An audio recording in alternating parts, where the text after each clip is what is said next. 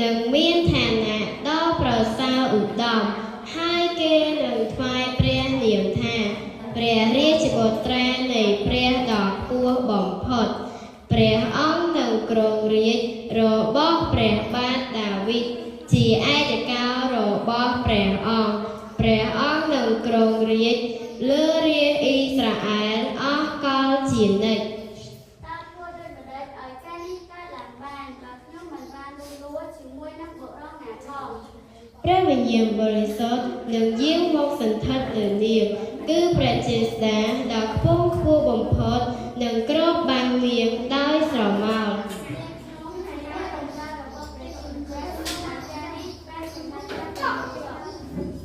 នៅគ្រានោះស្ដេចសេសាអូគូបានចេញព្រះរាជបញ្ជាឲ្យជំរឿនចំនួនប្រជាជនទាំងអស់ដូច្នេះហើយប្រជាជនទាំងអស់ត្រូវទៅស្រុកកំណើតរៀងខ្លួនដើម្បីចុះបញ្ជីឈ្មោះរីឯយូសែបក៏នាំម៉ារីចាកចេញពីណាសារ៉េតធ្វើដំណើរឆ្ពោះទៅបេតលេហឹមស្រុកយូដាដើម្បីចុះបញ្ជីឈ្មោះក្នុងការដែលធ្វើដំណើរនោះវេលាដែលម៉ារីត្រូវសម្រាលកូនក៏មកដល់ហើយយូសែបក៏ដើររកបន្ទប់ដើម្បីសម្រាល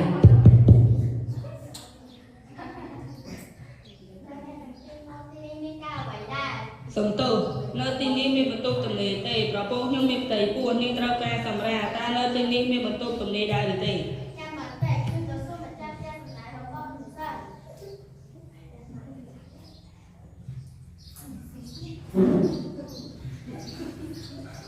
សំទោសមិនម៉ាត់ថ្ងៃនេះផ្ទះសំណាក់របស់ខ្ញុំមិនមានបន្ទប់ទំនេរទេបានតែមិនមែនបន្ទប់ទំនេរទេគឺមានមនុស្សមកស្នាក់នៅជាបន្តបន្ទាប់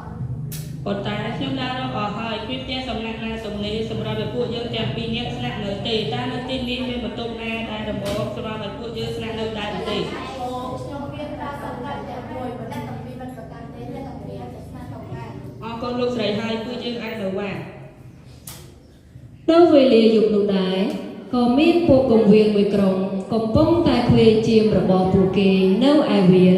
ស្រាប់តែភ្លាមនោះក៏មានពន្លឺភ្លឺឆ្វាយជុំវិញពួកគេ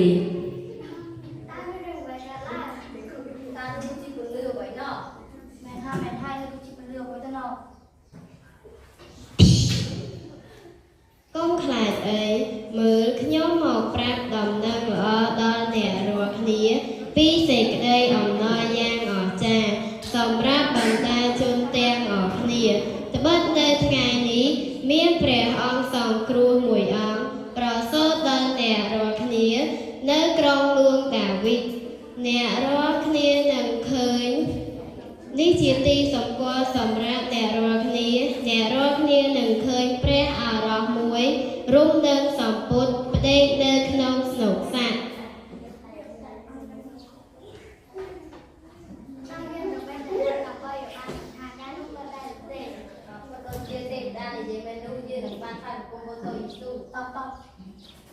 នៅពេលដែលពួកគេទៅដល់ហើយពួកគេក៏បានឃើញម៉ារីនិងយូសែបព្រមទាំងបុត្រតូចរបស់ពួកគេអ្នកគង្វាលមានអារម្មណ៍សប្បាយរីករាយយ៉ាងខ្លាំងហើយក៏ថ្វាយបង្គំទ្រង់រួចពួកគេក៏ត្រឡប់ទៅឃ្វាលបងជាមរបស់ខ្លួនវិញនៅគ្រានោះដែរមានពួកអ្នកប្រាជ្ញមកពីទិសខាងកើតមកដល់ក្រុងយេរូសាឡឹមក៏សួររកបុត្រតូចយេស៊ូរួចពួកគេ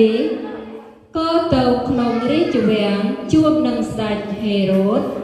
ដើម្បីសាកសួរពីដំណឹងរបស់បុត្រតូច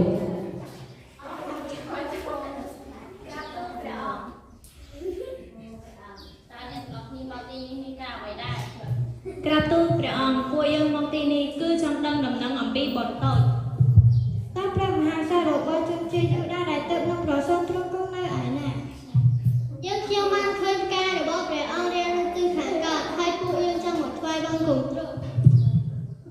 ថាម៉េចឯងស្ដេចជនជាតិរបស់សាសយូដាយើងហើយជាស្ដេចជនជាតិរបស់សាសយូដា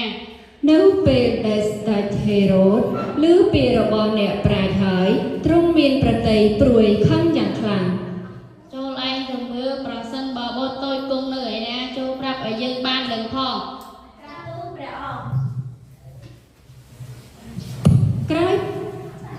បានទទួលព្រះរាជបញ្ជាហើយពួកអ្នកប្រាជ្ញក៏រៀបចំចេញដំណើរទៅដោយមានផ្កាយនាំមកពួកគេរហូតដល់កន្លែងដែលបុត្រតូចគង់នៅទៅឈប់ពួកអ្នកប្រាជ្ញ